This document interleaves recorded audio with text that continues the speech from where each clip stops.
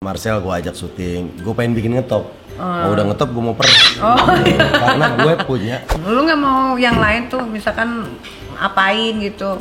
Katanya mau terjun ke dunia politik. Gitu. Nggak takut tapi masuk dunia politik kan banyak banget tuh yang akhirnya terjerumus.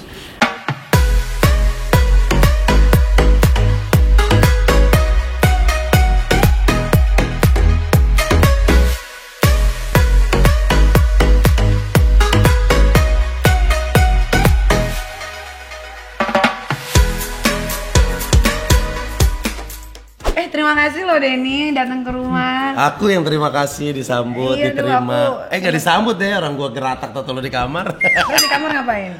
Ngobrol dong. Ngobrol apa? Ngobrol banyak hal. Di channel YouTube-nya Bang Denny. Apa nama YouTube-nya? Denny Cagur TV. Oh, Denny Cagur TV. Lucuan mana Denny Cagur sama Wendy? Denny Cagur sama Wendy dua-duanya lucu. Kalau nggak lucu kita nggak mungkin bertahan 15 tahun lebih. Kalau sama yang keluar siapa? Narji. Tapi dia nggak lucu karena kan dia nggak bertahan. Bukan, Narji lucu juga.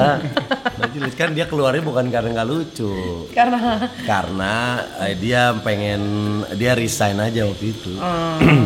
Oke, menurut lo konten lo YouTube lo sama kontennya Wendy lucuan mana? Wendy lucu-lucu.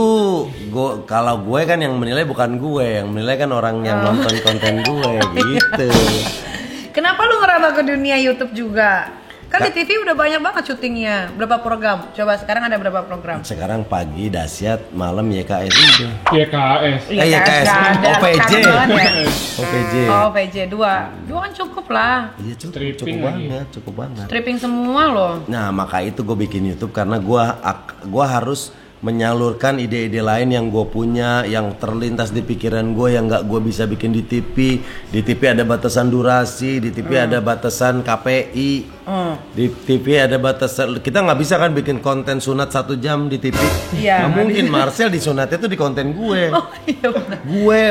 Makanya gue sekarang sengaja Marcel gue ajak syuting. Gue pengen bikin ngetop. Udah ngetop gue mau karena gue punya foto titiknya asli tanpa edit. Batasnya coba lihat. Ada di database konten gue. Gimana bentuknya? Kan Marcel sunatnya di konten gue. Udah gue bilang, dia tahu ngomong sama gue. Pak Denny, saya mau sunat. Wah, boleh Sel, gue kontenin ya. Langsung gitu. Waktu itu gue awal-awal banget bikin itu. Gue kontenin ya. Ya udah tenang. Pokoknya gue cariin tempat sunat yang bagus, sistem yang bagus. Ntar gue kasih hadiah sunat. Oh ya udah mulai tuh gue ambil kamera. Dadakan semuanya. Udah telepon nyari tukang, Pak browsing di Google, gue ceritain kegagalan dalam sunat. Ada yang pernah kepotong palanya di Yunani, ada yang setelah 3 bulan pasti kencing, pipisnya cabang 3 airnya. Itu kejadian, gue ceritain ke Marcel. Ada yang dukun udah tukang sunat udah lama nggak praktek, udah 10 tahun nggak praktek, tahu dipaksa suruh praktek lagi, kepotong pala titiknya. Pak, orang mau disunat ceritanya kayak gitu, nggak usah dah katanya. Terus. Nggak, kenapa dia tiba-tiba pengen sunat? Emang ada keluhan apa di titiknya? Enggak, dia tuh katanya kalau pipis di mall dia selalu mepet ke dalam urinoir, kan tempat pipis cowok kan tempatnya gitu. Kalau cowok tuh kalau pipis kan rapat. Kalau gue biasa aja kan. Kalau dia selalu rapat gini. Kenapa? Karena trauma. Pernah pipis normal, cowok di samping dia ngintip gini.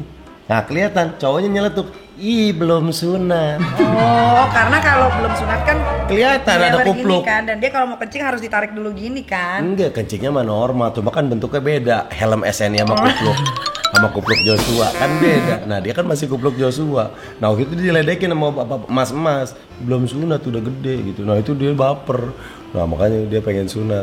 Pas udah sunat kayaknya gue pengen banget Pak. Nih gue sekarang udah sunat, gue pengen banget masuk ke mall, toilet mall sambil gue puter-puter. Udah sunat tuh. Emang gede titiknya? Jelek deh pasti bentuknya. Biar gue yang tahu aja lah. Emang lu lihat beneran itu prosesnya semua? Ya kan samping gue, depan mata gue. Orang dia nahan-nahan, Pak, ini mas saya bukan malu disunat ya Pak. Ini gue malu, ini yang ada kameramen 3, dokter, belum lagi asisten pada ketawa semua. Nggak mau turun-turun, ada di konten gue lengkap, gue prosotin. Nah di situ gue ngeliat anak monyet 2 bulan. Abu-abu merengket kedinginan gitu tuh anak monyet 2 bulan. Warnanya abu-abu ya? Iya. Mukanya aja kan warnanya hitam banget. Ya kalau burung dara warna kayak gitu sebutnya daki kayaknya. blorok katanya. Ada abu-abu, ada hitam, ada putih gitu. Itu jadi ngomongin Marcel sih? Nah maksud gue hal kayak gitu yang membuat gue membuat YouTube. Gue bisa bikin apapun yang gue mau. Emang hal tergila lu apa sih yang mau lu kontenin yang belum kesampaian? Hal tergila gue pengen bikin makan malam di tumpukan sampah. Gue pengen ke Bantar Gebang, tapi gue pengen pakai jas, pengen candlelight dinner, sama istri, gelar karpet, bisa sama siapa aja. Tapi gue makan malam makanannya mewah, tapi di tengah gunung sampah. Itu keren sih, itu keren. Kalau bisa lu jangan candlelight dinner karena lalu nggak ada. Iya pokoknya makanan lah, makan mewah di tempat sampah yang nggak layak gitu. Itu yang lo mau belum wujudin. Hal-hal kayak gitu masih banyak lagi. Terus gue pengen ngedatengin orang, gue pengen room tour ke orang yang nggak gue kenal, atau pengen masuk aja rumah. Itu udah belum gue eksekusi, tapi udah masuk ke list gue pengen bikin. Oh gitu. Tapi emang enak kan YouTube kan? AdSense sekarang udah dapat berapa? AdSense beda-beda. Kalau kita rajin upload, nah gue kan termasuk yang nggak konsisten nih. Gue kadang seminggu 2 kali, kadang seminggu sekali, kadang seminggu kagak upload. Nah kenapa gue sekarang ngotot pengen ketemu sama lo? Karena konten gue udah habis. Nih kita kayaknya oke nih. Gitu. Oh gitu. Untung dia baik. Nih gue ke rumah lo ya, siap gue tunggu besok langsung. Karena gue tahu kalau dia ke rumah gue pasti gue happy aja bawaannya. Masa sih? Jadi gitu. Sentuhannya tuh beda soalnya Bang Denny tuh. Masa sih? Iya, mungkin karena gue nganggapnya udah kayak abang kali ya. Jadi kalau disentuh gitu tuh gue seneng aja gitu. Iya. Gue juga nganggap lo kayak adek. Ya adek ketemu gede lah ya. Nah, Bang Denny udah ngerasa jenuh belum sih di TV? Kalau Wendy kan udah hampir-hampir mau jenuh tuh dia. Jenuh apa? Kalau menurut gue jenuh sih enggak ya, karena gue sadari banget ini profesi gue. Dari sini gue bisa nyenengin keluarga gue. Dari sini gue ngidupin orang-orang di sekitar gue. Jadi kalau gue jenuh, gue sama aja gue udah nggak peduli lagi sama mereka dong. Karena kan di saat gue jenuh, gue males, income gue nggak ada, yang terdampak mereka. Jadi mereka lah yang jadi semangat gue sampai sekarang sih. Gue masih sangat enjoy, masih menikmati. Lu nggak mau yang lain tuh, misalkan apain gitu? Katanya mau terjun ke dunia politik. Sekarang kan politik tuh udah, lagi ke PAN. Gue masuk ke PAN gitu. Gue masuk ke PAN. Kenapa? Gue harus punya pencapaian lain di bidang lain. Di bidang entertain gue mensyukuri pencapaian gue. Alhamdulillah sampai sekarang gue masih punya acara stripping, masih terlibat sebagai komedian, gue masih punya acara komedi gitu. Di presenter juga alhamdulillah masih kepake di Dahsyat, dan gue mensyukuri itu. Menurut gue ini udah salah satu pencapaian terbaik gue. Nah berikutnya gue ngerasa nih gue masih muda, otak gue masih encer, tenaga gue masih banyak, ngapain lagi ya.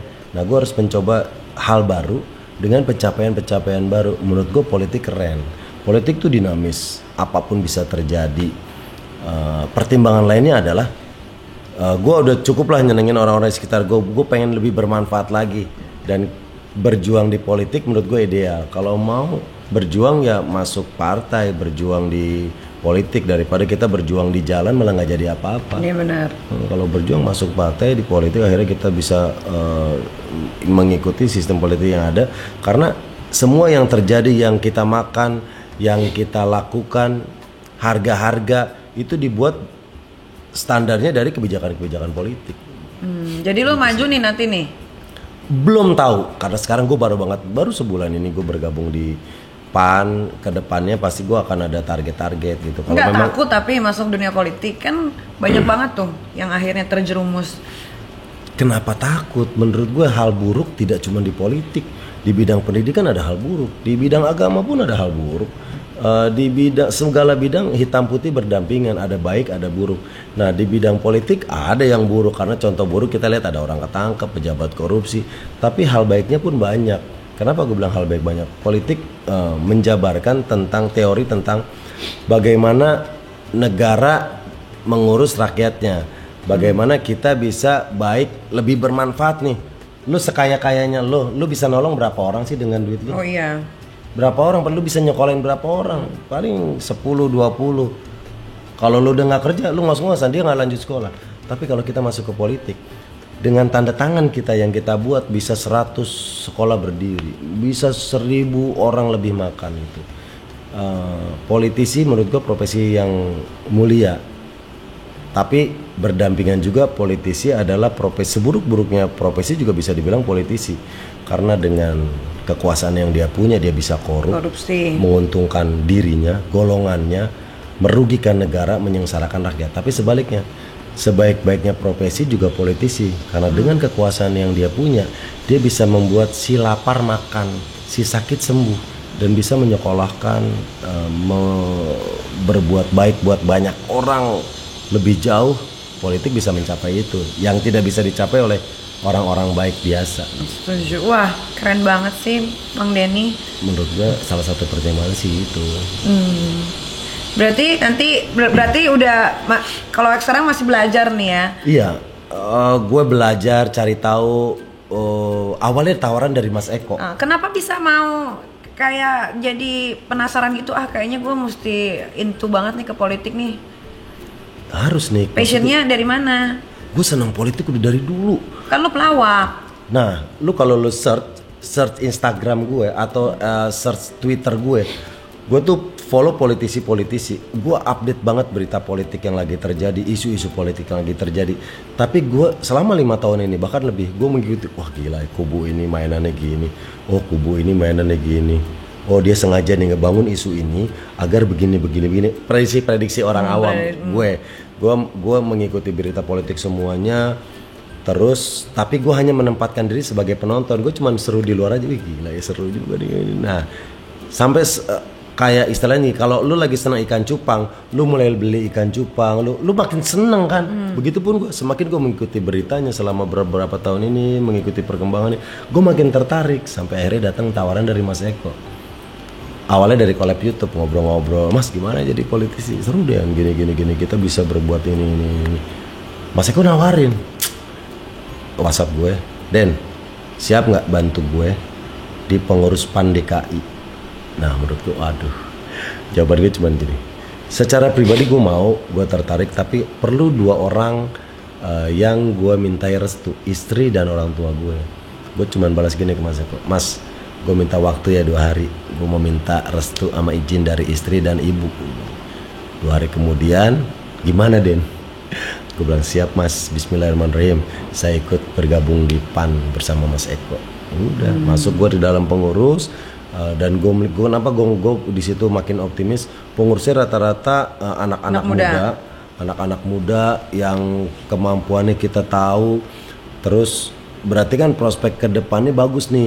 Gue selama ini bayangan gue, kalau kita masuk partai kita akan ketemu orang-orang tua yang kolot, yang nggak mau diatur, yang lu anak bawah, anak buah. Enggak, di PAN nggak berlaku itu. Gue ngeliat di PAN sangat egaliter, semua dianggap sama. Gaya pemimpinan Mas Eko itu keren banget, santai tapi serius. Kita bisa ngobrol apapun, kelihatan dari meeting-meeting kita, rapat-rapat kita. Sampai akhirnya gue ketemu sama ketua umum, dan besok dampingin Pak Ketum ke Surabaya. Gue menemani beliau, luar biasa. Mungkin gue pernah juga bukan deket ya, gue pernah datang ke Pak lingkungan partai A, partai B, partai C. Nggak ada tuh orang baru bisa ngobrol gini, ketawa-ketawa sama ketua umum. Ada hierarki yang harus dilewati, ada jenjang yang harus dilewati untuk lu bisa duduk di samping ketum. Walaupun lu artis mau apa, nggak ada tuh.